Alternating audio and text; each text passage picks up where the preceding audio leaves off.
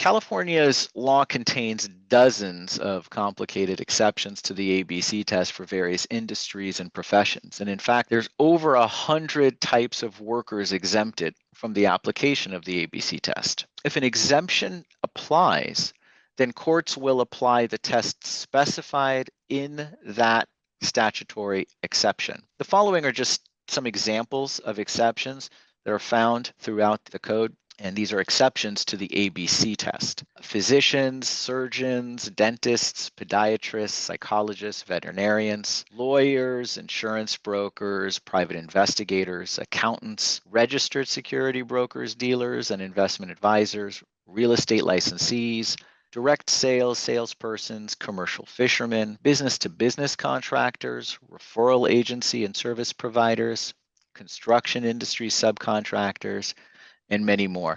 And let's not forget the most recently exempted group of workers are the app-based drivers, and that was the result of Proposition 22. That particular exemption is not just an exemption from the ABC test, but an exemption entirely from both ABC and Borrello and any fallback. What happens if an exemption applies? If one of the exemptions to the ABC test applies, the determination of a worker's status as an employee or independent contractor will likely be based in whole or in part on the Borrello test. I use the phrase in whole or in part because some of these exceptions to the ABC test not only identify the use of the Borrello test to determine worker status, but also have additional criteria that must be satisfied. So in other words, just simply satisfying the Borrello test may not be enough for some of these exemptions. By way of example, the business-to-business contractor exemption states if an individual acting as a sole proprietor or a business entity formed as a partnership,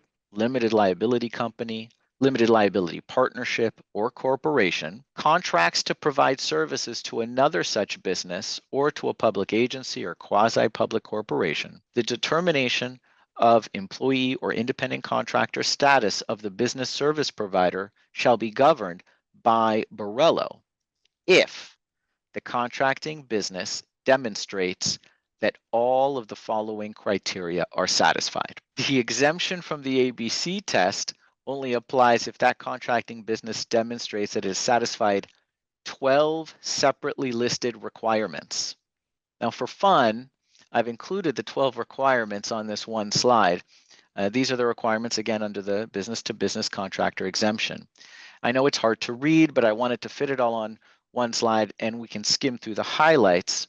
And you'll note that many overlap with some of the requirements of both the ABC test and the Borrello test, which you'll hear about shortly. The first one is about being free from the control and direction of the contracting business. Requirement number 2 talks about that the service provider is providing services directly to the contracting business and not to the customers themselves. Number 3 requires a contract in writing that specifies certain things such as the amount being paid, the applicable rate, the due date of when payments are going to be due. Number 4 requires a business license or business tax registration to the extent that that is required in that jurisdiction.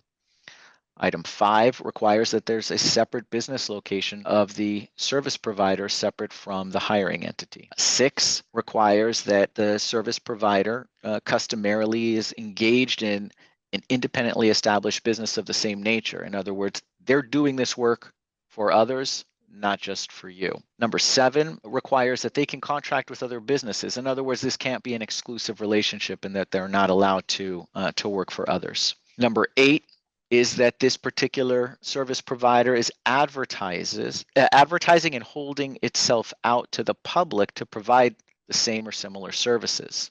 Number 9, no surprise, is that the service provider provides its own tools, vehicles, equipment, and so forth. 10 is that they can negotiate their own rates. 11 is that they can set their own hours and location of the work. And 12 is lastly that they're not performing work essentially in the construction trade.